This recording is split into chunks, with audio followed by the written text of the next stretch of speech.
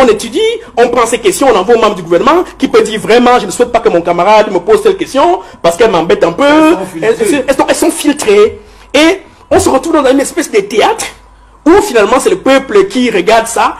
Mais aussi, ça rejoint ce que je disais en prologue. Le peuple a compris ça.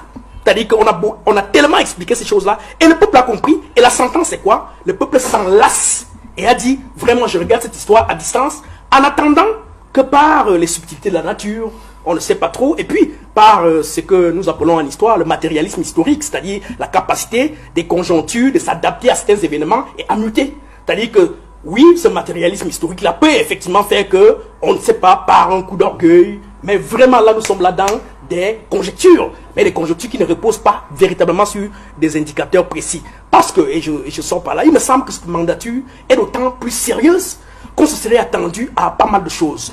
Cette mandature, et je souscris à cette thèse-là, est celle qui pourrait enfin donner lieu à une alternance, pour ne pas parler d'alternative, dans notre pays. Il y a des choses qui se disent, je suis analyste politique, on comprend des choses ça et là, vous le savez Serge, il y a des analyses ça et là, il y a une certaine dynamique internationale, bref, il y a un certain nombre d'éléments qui font qu'aujourd'hui, il y a des fortes espérances qui font que, on se dit, il y a des choses qui pourraient bouger durant ces 5 ans.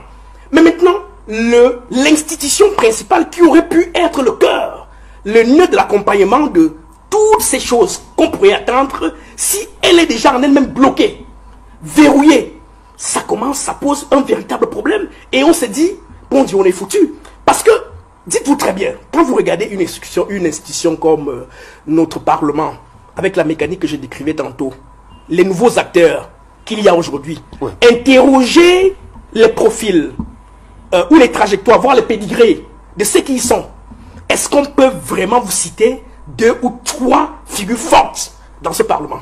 C'est-à-dire que je mets au défi quelqu'un de me dire, il y a trop, comme on a connu en 92 par exemple, où on pouvait vous dire, tel va faire ceci, tel, on vous citait 3 noms, on vous alignait 3 noms de figures progressistes qui auraient pu déclencher, c'est pas trop, un débat ou l'heure à l'Assemblée nationale de manière à créer un effet, véritablement une certaine dynamique. Je vous cite Cabral Libi et Kopi Tadamou.